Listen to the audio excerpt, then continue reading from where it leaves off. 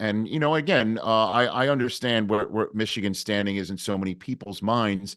We have 1,004 wins now all time. And yeah, but how many banners do you have? How many championships do you have? You don't really belong in the conversation of elite football programs because it's all empty calories, all those wins. Now you can't say it. And certainly Harbaugh being the one to do it in this day and age of name, image, and likeness and transfer portals and how recruiting has changed. And again, now it's going to change in terms of the way a college football playoff stage is set. It just does feel like an end of an era, and that Michigan won the last game of that era.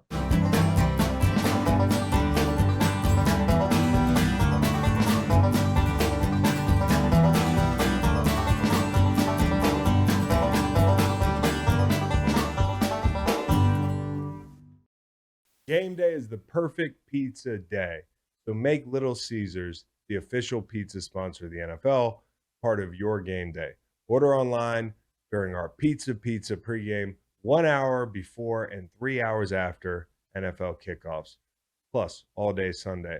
To have your NFL game day covered, choose your favorite Little Caesars pizza or pick the toppings you crave. It's a pizza win. And speaking of winning, everyone scores with convenient delivery or our in-store pizza portal pickup. So grab some friends, order your Little Caesars, and enjoy during the games. So, Rich. Yes, sir. I'm sure it's not the first time today you've gloated. I want to give you an opportunity to gloat. I don't even have a question. I appreciate it. I don't know about gloating. I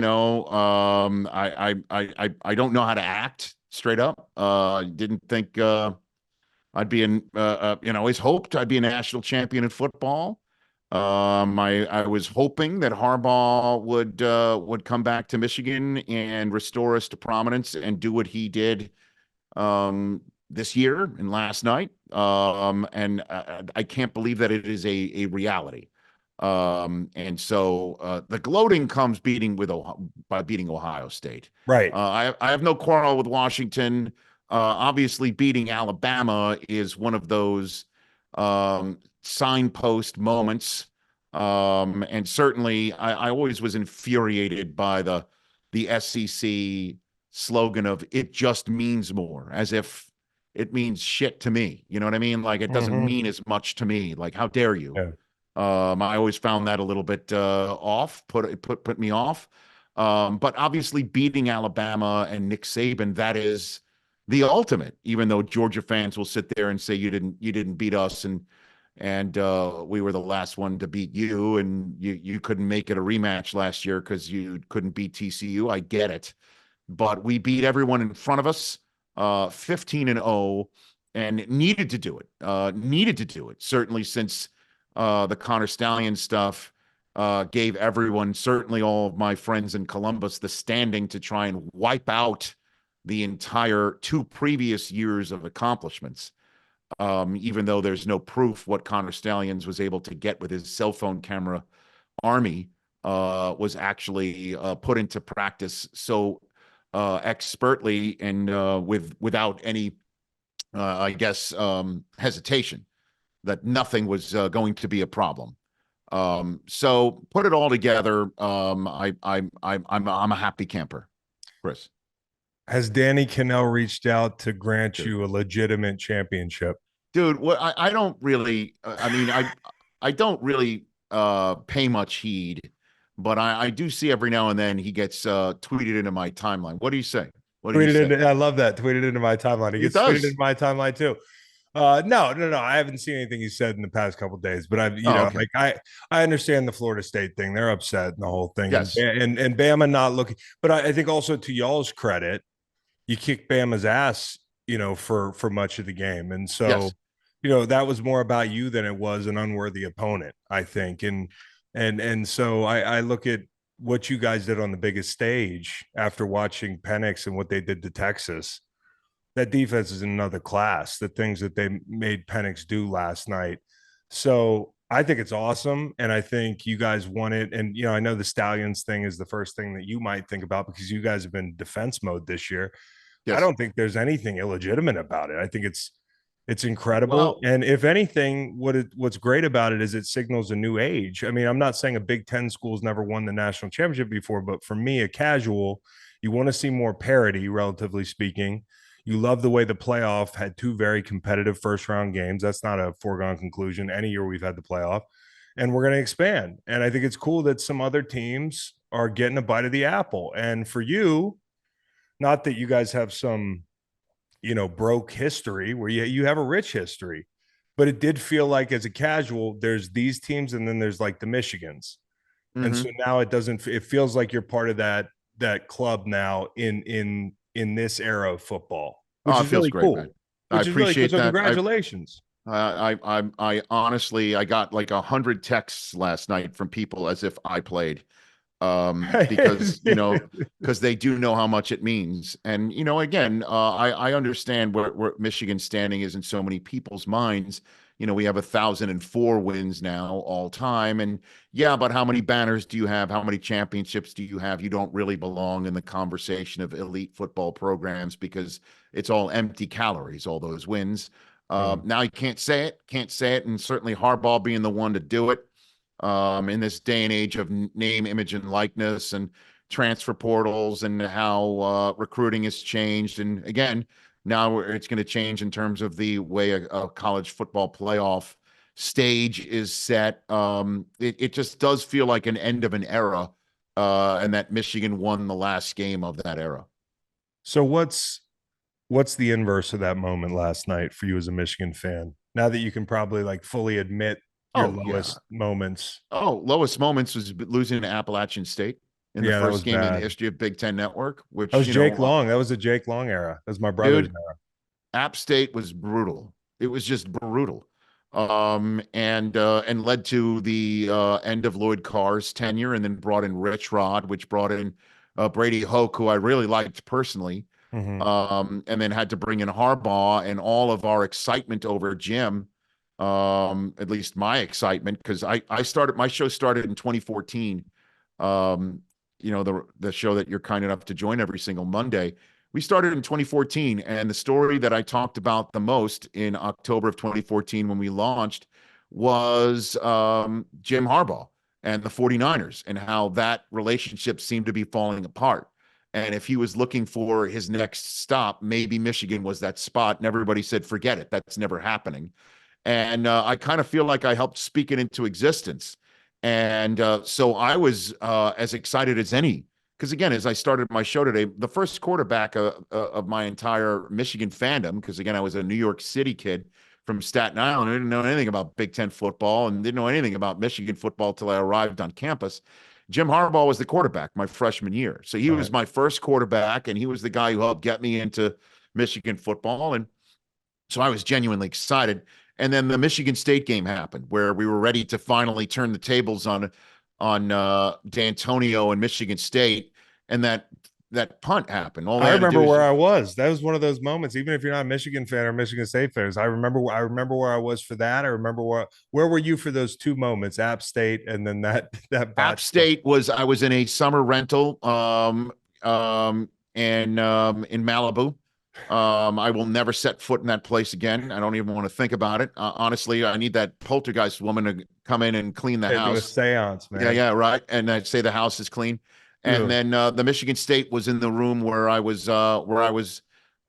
watching last night's national championship game. And I kind of felt like the house that I'm sitting in right now, I bought it from a Michigan State graduate, and I thought this place was haunted. And I just couldn't believe it, because it was, again, what Ohio State fans and Michigan State fans had so much glee in talking about in Harbaugh's first half of his tenure, was that not going to work. Yeah, Your savior is not your savior. Your yeah, savior is not a good coach at the collegiate level. He's not going to relate to kids. He's not your guy. And the results against Michigan State and Ohio State were proving that out in their minds more than not, and placed a significant amount of doubt in the minds of so many Michigan fans. And I'm proud to say I never went on my show and saying Jim's got to go. I really. never said that, never once. Never twitched in that direction, never even thought of twitching in that direction, because I did believe in him. And it does appear that, in the COVID year of 2020, when everything completely fell to its total bottom, 2021, he made a decision to try and change around his coaching staff and change around the way that he approached the kids that he's coaching. And Aiden Hutchinson led the change. He led the sea change. Yeah. And here we are, obviously having to get the quarterback right. And JJ McCarthy is kind of in Jim's mold, and Jim being his spirit animal. And he's 27-1 in his 2 years as Yeah. starter at Michigan. So you can't really argue with any of this. It's pretty amazing. And I'm ecstatic. I'm over the moon, man. So I'm sold on the McCarthy and Harbaugh relationship, but spirit animal, I could never see Jim meditating. Sitting at I could the see Jim base of sitting the. still. I know. You know what I mean? That the watching him after the game last night, I don't know if it Yeah. struck you, but like he's a different dude. Like Oh, he I've always is. he coached in the NFC West. We've talked about this, but like he was on the other sideline. He was this guy of intrigue that I was like, what makes this guy fucking tick? He's so different. Like socially, he's just out there. The whole thing. They interview him after the game, and there's almost a sense of like, I'm not surprised. I'm excited. I'm not surprised. What's the next challenge? Like he's a dog He's with in a his own bone. world. He He's in his lives own on world. Planet Jim. He lives on Yeah. Planet Jim. So explain And that to me. His personality. yeah, Does I don't know. anybody understand his? But like, what do I don't people think so. say about the guy they fell in love with at Michigan? Because you thought the book on him was he wears people out, and then like he'll be gone in 5 years. But to your point, like it lasted way longer than that at Michigan. Oh yeah. I was told, hey, he's kind of like a 21st century Parcells. Yeah. Wins wherever he goes, changes the culture wherever he goes successfully, but will not stay for longer than a couple of contracts because things always change in his mind, or it doesn't go well enough for him in his mind. And so this is a different tale that's being told right Yeah. now, that Yeah. he's a champion, and he can write his ticket. I Yeah. mean, Michigan would love to keep him, and he could write his ticket in Ann Arbor. And I can only imagine the number of NFL teams that will be all over him. They probably already are, Yeah. as you and I are talking. And he'll write his ticket. He'll be able to Yeah. look at his wife in the eye at whatever family powwow there is, lay it all out on the table and say, where do we want to live? Where do we want the kids to grow up? Where do you want to live? Where do you want to, live out the final years of my coaching career? And then make that choice. And Yeah. how many people in our profession, in the coaching profession, or in our profession media wise, get to choose such a thing? It's so rare. That's what Where makes him the wild card because he Which could is what, swoop like what into he, any situation. of course, you could see him as the coach of the Chargers. You could see him as the coach of the Raiders. I could see him as Yeah. the coach of Carolina. I could see him as the coach of Michigan right Yeah. now. You I could see him could. as the coach of Tennessee. I could absolutely see him if he wants to go to Nashville. I don't know if he wants to, if he's got the, you Trade know, in those Cartier glasses for some cowboy boots. I guess I also don't know if he's got the Manning in him. And by that, I mean, Peyton, when he had a chance the first time in his life to choose wherever he wanted to go and write his ticket, he did not want to go to a team in the NFC Right. because he did not want to prevent his brother from making a Super Bowl. I mean, Right. if he ever faced him in a Super Bowl, That's that would be one interesting. thing. But he didn't Yeah. want to prevent his brother from doing that. So the likelihood of Jim taking on John in a divisional playoff round as the head coach of the Chargers with Justin Herbert, and that happening next year, is very high. The Yeah. chance of another Harbaugh happening if he goes to the NFC isn't as significant, and Right. I'm sure that's the one thing about Jim, that losing a Super Bowl, there's only one silver lining, is that it's his brother who did win it. I'm assuming. You I kind of shouldn't. wonder with that. I had Kelsey on my pod after the Super Bowl where he beat Travis, and Mhm. I think it almost makes it worse. Maybe. if Maybe we're being honest, because the like, sibling rivalry. But I mean, every that's a you've real been at. thing. It's a real thing. It's different to every sibling, but it's non-zero. Well, you could tell me. I mean, your brother Oh, spent years in the NFL. My brother is just the premier tax and estate lawyer in all of America. By the way, yeah, is he yeah. I mean, if you ever need your estate plan, Jeff really? Eisen is the guy. Oh, Well, absolutely. I'm not always kidding. a By good the way, it's always a good thing to do. I kind of so I expected. so I, there's no I can't relate. He yeah, he can't host the 3 hour yeah. show, and I sure can't do what he's Uh doing. huh. Uh huh. So I can't Yeah. relate in that rivalry. So Well, okay, so this is a question I've asked a lot of the fans that kind of visit our YouTube pages for like exclusive interviews with their favorite player and their favorite team. I want to know. I want to get to know fan bases. How about Michigan fans?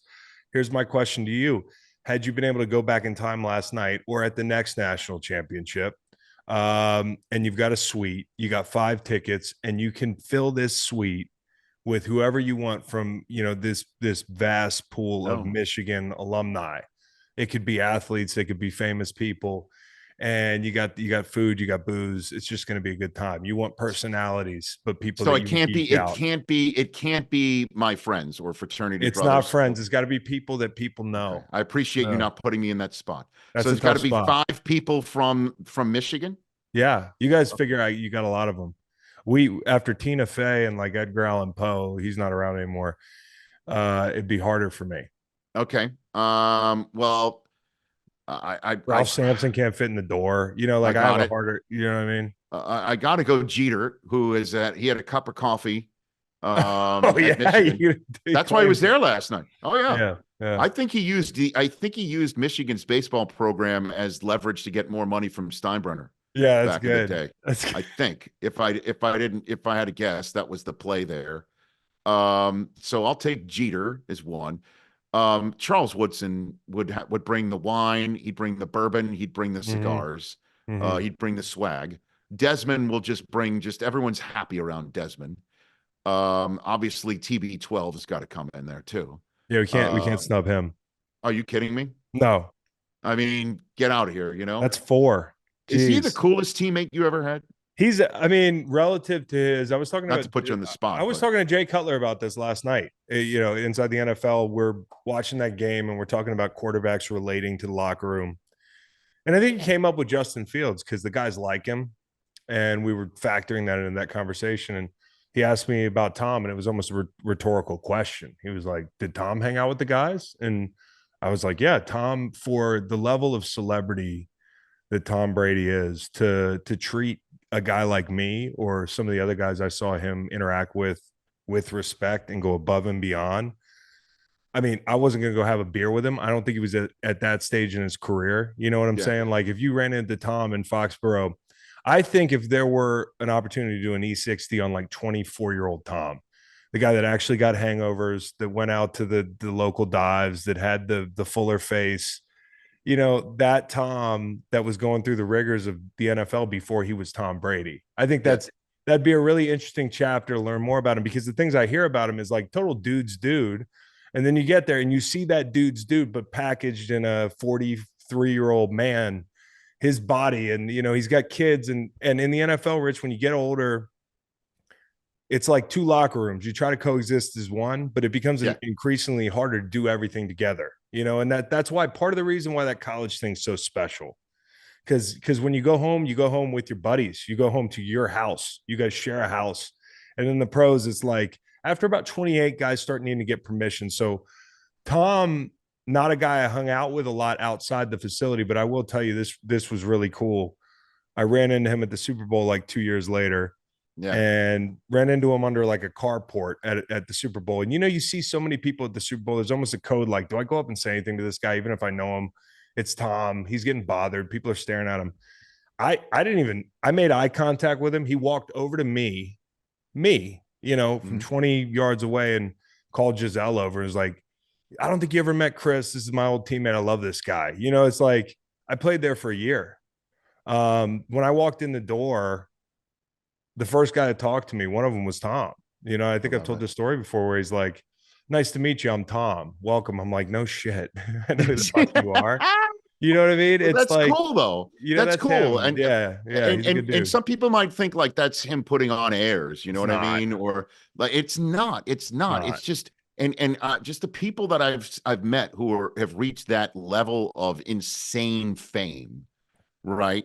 Yeah. Just probably deep down lament not being one of the guys as much anymore, Right. and lament even going out with the guys because they can't just be one of the guys around those guys when they go Mhm. out and about, when everybody just goes flocks to him and there's a table of his teammates standing right there, and he feels kind of lame.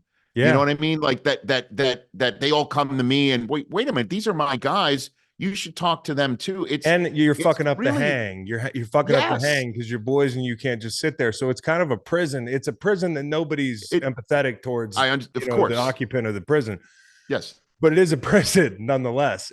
Which is And why I think his moment of being taken home by what, Gabbert, was it yeah, Gabbert and Trask, right? that And he's was coming. so humanizing. It was the most humanized Tom Brady and relatable Tom Brady, maybe in the history of Tom Brady. It's just like, yeah, you know what? This is his cheat day when he's Yeah. flipping the Lombardi trophy from one boat to another, Yeah.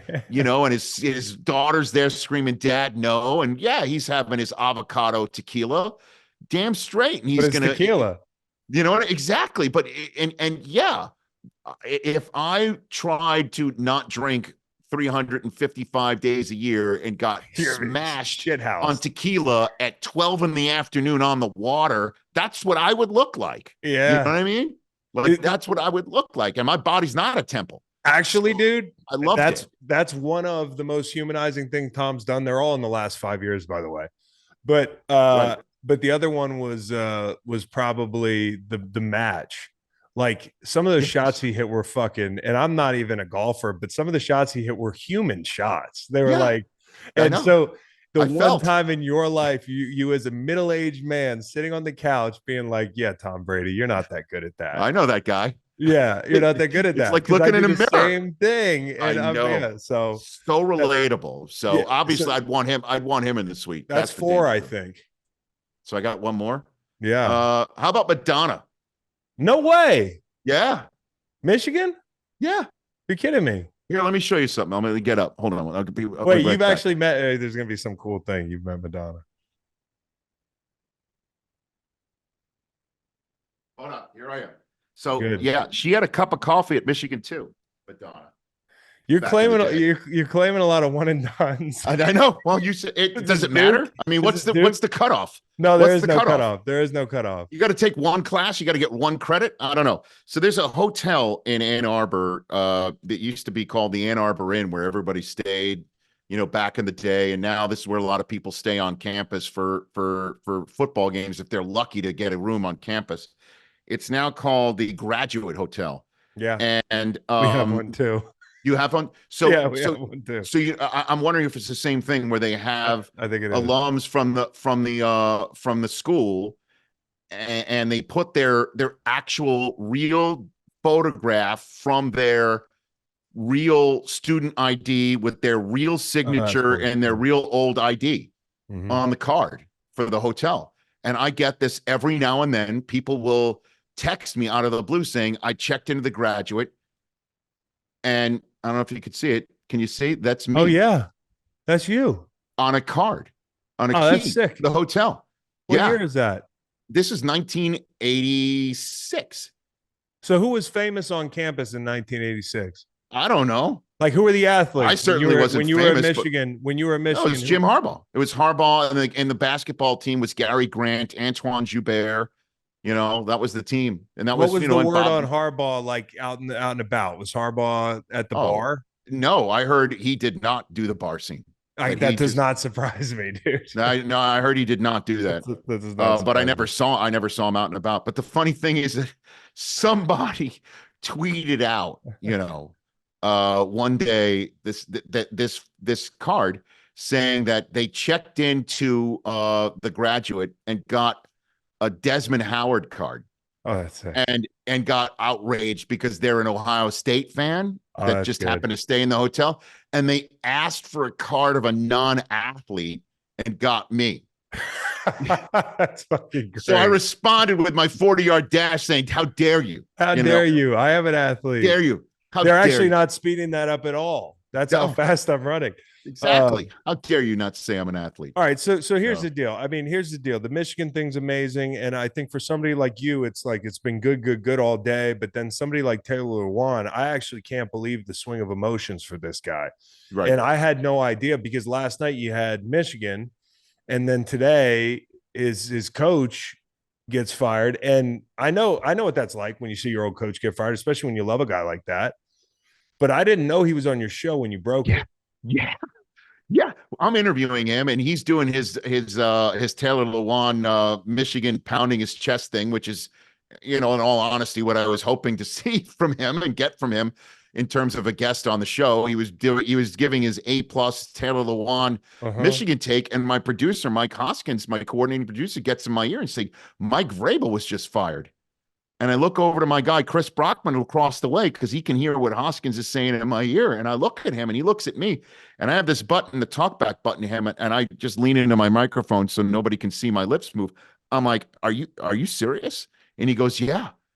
And I could hear somebody saying something to Lewan off camera. And I'm thinking to myself in my head, okay, I want to keep talking about Michigan, but how in the world do I not bring up Vrabel, his guy getting It's bounced right now? And sure enough, I could hear in the background, I'm like, is somebody telling you what somebody just told me in my ear? And he goes, yeah, Will is trying to mouth something to me. And I'm like, I think it's Mike Vrabel just got let go. He's not coming back. what did he And he say? What looks was his and he looks reaction? at Compton, and Compton, he's off camera, and he goes, yeah, he couldn't believe it. And rightfully so. Yeah. What the hell happened there? I don't know. You always know this, that in the NFL, man, there's an iceberg and we just see the We tip. just see the tip. We have no idea. I was talking about this with like that Arthur Blank question today about Lamar Jackson. Those owners weren't gonna make the 5 teams that as soon as they tagged him, they Yeah. were like, we're out. For the record, 4 or 5 are looking for new head coaches. But Arthur Blank was asked about it today.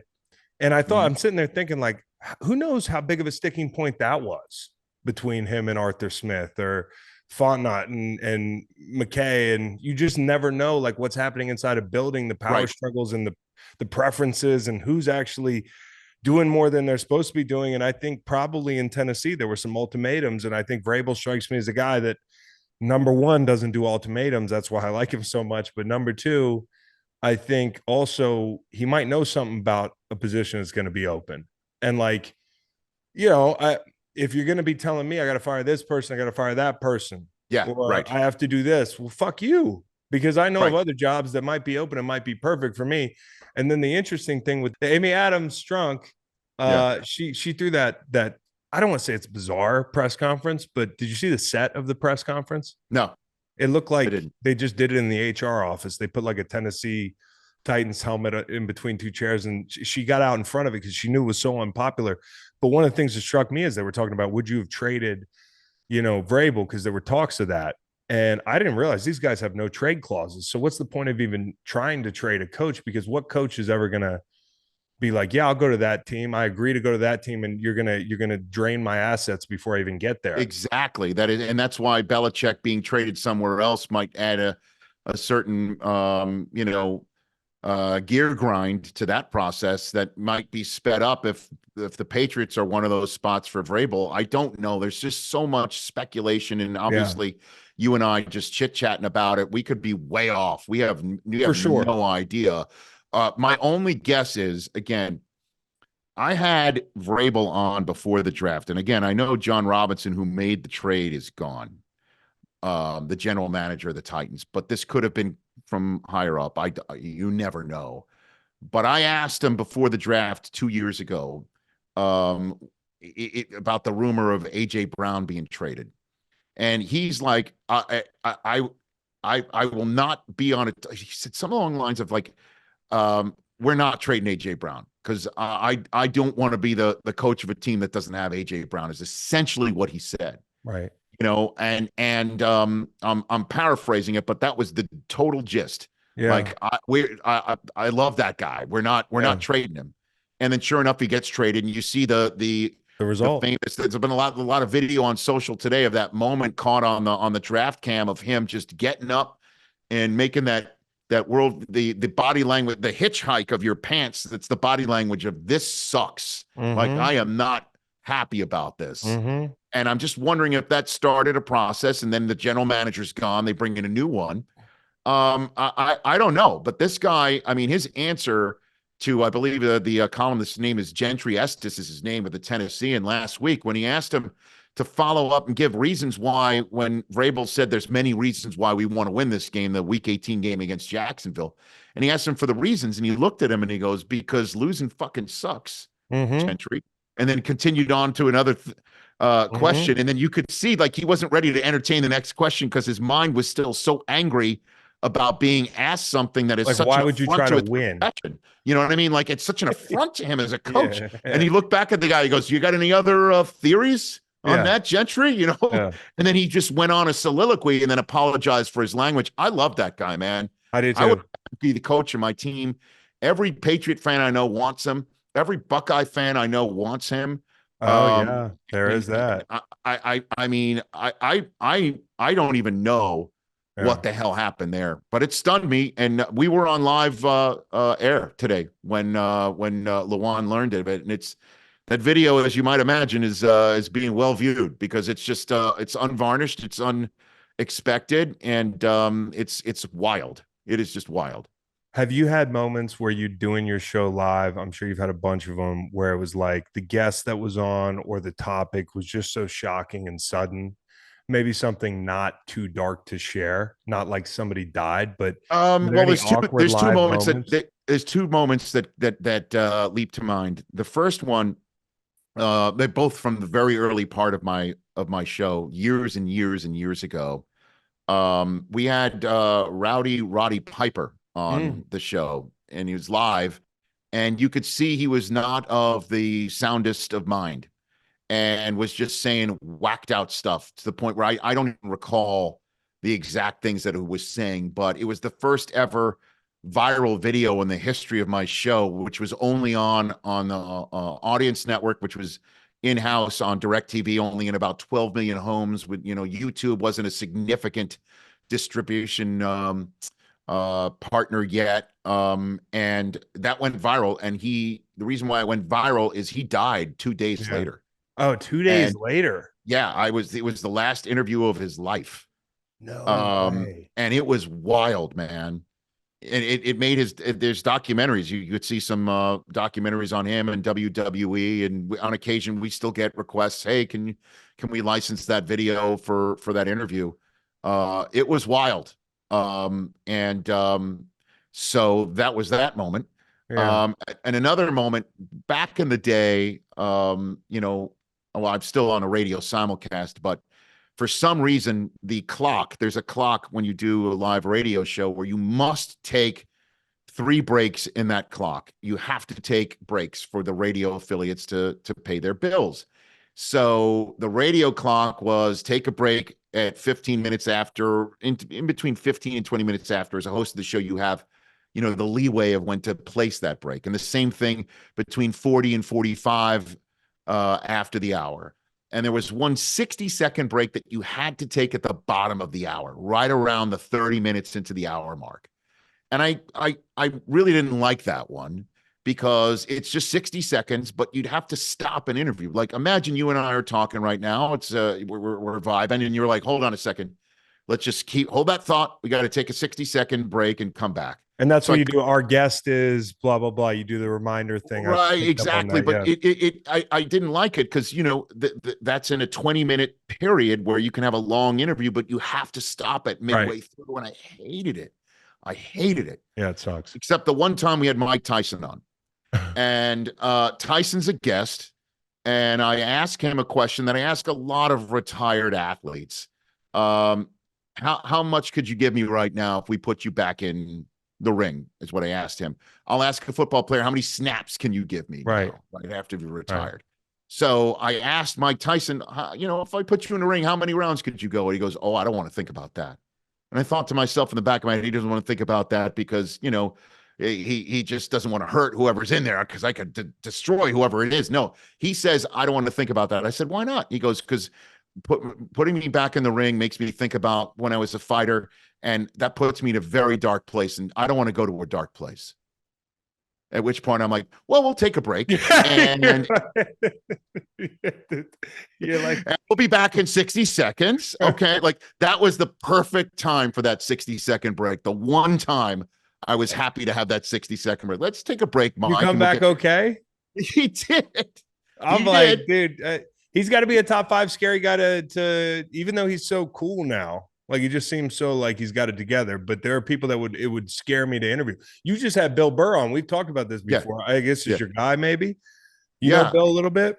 Well, I mean, he texted me about the Wolverines because he's got family. Part of his family's from Michigan, so he's got a little bit of love for the Wolverines. And so he's been texting me about the games. He went to the Rose Bowl, and I've been texting him back. And then last night after we win, he just texted me like, "Woo!" And I said, "You want to zoom in?" God, that's fucking he's like, cool. Sure. But it's scary. The comedians scare me as much as Mike Tyson to interview comedians. I know I think we've talked about this before because of your comic background. Yeah, I love comedians. I love them too, but you never know you never know the vibe.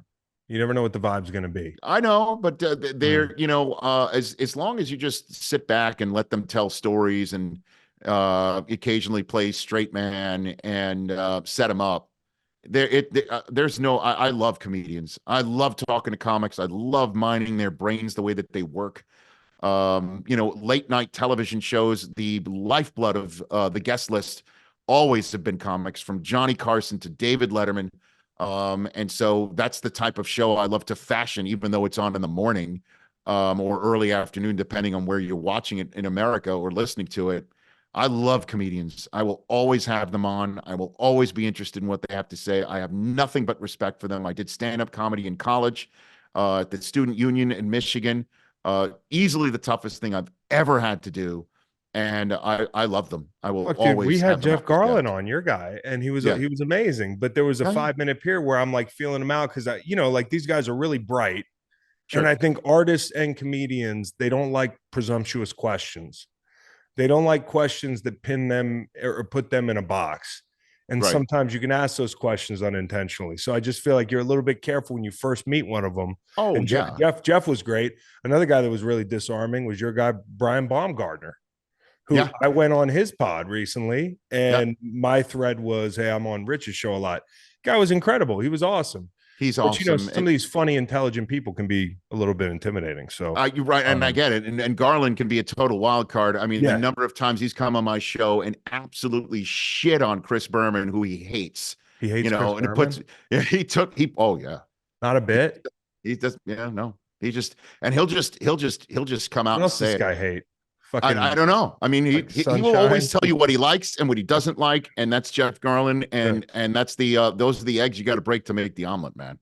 All right, so two things before, and Rich, you've been so generous with the time, man. But I just wanted to ask about NFL International, because I was remarking to my guys here before he came on. This is the best Super Wild Card weekend. There's a lot to choose from in the last. It's not like a long line of Super Wild Card weekends, but I think it's so well done. The way the teams fell this year. You got the big markets playing each other, the Dallas, Green Bay. You got the Flacco, and then juxtaposed with a CJ Stroud over here. And, even the shittiest game is Philly Tampa. It's a big market game. So I think they hit it out of the park this year. They took Christmas. I was asking, what's next? Is it inevitably international? What are the big hurdles? Because you've been over there doing games. Sure. Every year. I mean, Christmas is coming in the middle of the week next year, so I don't know what they're going to do. But what the NFL has done is really smart in December. Is when college football seeds the ground, they take it. Once the conference championships are done. There's the second weekend usually of December and third weekend of December, and the league just jumps on it. The reason why the league doesn't play on Friday nights is still the legislation that was passed, I believe, in the Nixon administration, giving the league an antitrust exemption. But the price of admission was they were not allowed to ever put games on a Friday night during high school seasons to ever go against high school football. That was inviolate. And that is still to this day, which is why the Black Friday game started at 3 p.m. So, because trust me, Amazon would want that game on at night. Can't do it because it's still on during some high school football seasons on that Thanksgiving is weekend. crazy. So there's a lot of moving parts, but obviously, if Christmas or Christmas Eve falls on a weekend or a Monday, next year it's Tuesday and a Wednesday. I don't think that's going to happen. Yeah. But the league is going to keep on, putting their markers on those Saturdays and Saturday evenings, Saturday afternoons, triple headers, double headers when college football seeds the ground. Yeah. Certainly now that bowl season has been completely neutered by what's going on with the college football playoffs. In terms of international games, I don't think they'll ever put a team and base them abroad. It's just impossible. It doesn't work. I mean, how many of your colleagues would move to Europe? Move their family. Well, the young to Europe? ones with no families. Maybe. Yeah, it comes back to that, still, it just doesn't work. Nor does it work competition wise. It just doesn't. You can't compete, and have a level playing field in terms of the competition when one team is 6 hours behind or in front of the other. It just doesn't work. So what I think they're going to do is just keep adding locations. This year, I believe it's Brazil that's coming up. Keep adding different locations until there's going to be, I believe, a whole bunch of international games that can be sold as a package. Yeah. There's a fourth window of football. I've heard from so many people, when the Germany games and the London games hit, that there's a 9:30 a.m. Eastern time window that leads to the 1 window, to the 4 window, to the 8 o'clock window. People love the 4 windows of football. Yeah. And I think the league digs that. But I also think they appropriately and rightfully want to sell their sport internationally. The NBA is already way ahead of the NFL. And there are tons of fans and expats all over the world that love the NFL, and the crowds are amazing. They are Super Bowl worthy. Ask TB12 when you see him next about Munich and what he will tell you about Munich. Same thing with Pete Carroll about Munich. The London crowds are lit, and they also know the game. It's not like they cheer when there's a fumble 15 seconds after the whistle because they think there's a turnover. They get it. Yeah. So it's knowledgeable. The fans are awesome. They're intense. The league loves the different locations. I just don't think it's ever going to happen where a team is hit.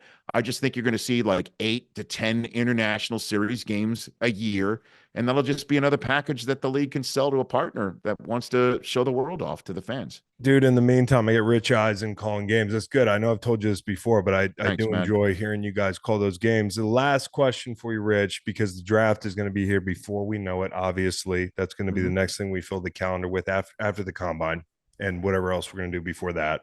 First day of the league year, all this shit. But the draft, I always notice you're sitting there and you're running the show, but you don't get to give your opinion about a prospect directly as much, right? Like by design, like you're the host of the show, but I know you have opinions, and I know you're sitting there and probably biting your tongue at times. No. Have you ever like held it in when you were like, that guy's not going to be very good? No, I don't. I will never. Honestly, that's not my role. Yeah. My role is not. I'm not an all 22 guy. I am not deep in the rosters of all 300 colleges. I'm just not, and I don't think that's my role. My role on a draft coverage is the following. I think I might have. I don't know if I've told this to your audience before, but it is the following. It is to keep things moving, to keep things entertaining to the point where you want to keep watching this broadcast that is going to be over 3 days of a grand total of about 30 hours long. Like, I want to keep you engaged. I don't want you saying this guy's voice is annoying me. This guy's a douche. It's douche-free broadcasting. That's my 2 cents. Best guy. And my job is not to know which prospect is good or is a bad fit. It's my job to know the narratives for each team and what they've been looking for at positions, what the fan base is eager to see, being drafted by their Yeah. teams because the quarterback hasn't been right for years, or the running backs haven't been very good, or the linebackers have not been very good. And here comes a linebacker, or there was one on the board and they passed on it. That's my role, is needs for teams, but really what fans are thinking as this thing goes down the draft order, and also keep things in line, like who's on the clock and what draft trades happened, or hey, you remember that trade for that player or Yeah. this big moment? Well, that draft choice that we haven't talked about in 3 months because that's when he was traded. This is the pick. This is now the personification of that draft trade that Yeah. your team made to get more players. Now there's a human being that is in that slot, and remind everybody of that. That's my role over 3 days. I am not honestly sitting there biting my tongue about, oh, I'm not allowed to give my 2 cents on a player. I will never. But you have opinions. I might, yeah. I mean, I got certainly if opinions. I've I seen don't the have to break play, down that film. You know what I'm saying? Like, was there but ever a guy it's you were taking right time away about? from Daniel Jeremiah and Charles You're right. Davis, You're and right. it's taken time away from Joel Klatt, and they've done the work. As much as I love my Michigan Wolverines, am I really going to tell Joel Klatt that this guy can do something that you don't know, Joel? And you've called 6 big noon Fox games for Michigan, and you've been in the meeting rooms with these guys. I'm going to tell Joel I don't know. I something don't know, I'm man. sitting on That my couch this about, shit is such a crapshoot. I'm not saying it you have to is. tell them about it, but even the experts are wrong 50% of the time. It's like gambling. It's like if you're going 54% of the time, you're like you're a sharp, right? And so like my question to you is, have you ever internally been like, I'm right about this guy? And you know you're not going to say it because your job is your job. Have you ever been wrong about somebody that you're like, damn, No, I I've really thought never this? gone in that You've direction. never I've had tried that. to stay in my lane. By the way, you're a family friend of Mayock. Do you think Yeah. he would ever allow me to give my opinion on a player What would he that he say? disagreed with without slapping me down? Are Shut you up, kidding Rich. me? Yeah, I could Dude, hear it. that guy, I could hear honestly, it. that I ain't just happening. texted him the other day. Whenever I have a question about something on that side of things, he's a good dude. He always answers and 1 million educates me percent, on the. but don't stray out of your lane into his on Yeah, live that's his television. lane. Yeah, that's his lane. That's my only advice to you with Well, Mayock. speaking of Mayock, if there's any Raiders fans listening, go back and listen to his interview on our show last year. He was really open, Love it. and just you'll find it. You already knew this, but Mike is a great human being and a lot of fun, and can put a beer or two back. I've enjoyed meeting up with Mike in the city a couple times. So, Rich, appreciate the time. Congratulations. Thanks, pal. I really mean it as a somebody who's gone up and down way too much with Virginia sports. I can't even imagine. So good for you. Thanks, pal. Thanks for Yeah. everything you do with my show. And anytime you want me on, you just, you know how to reach out. Thanks, my dude.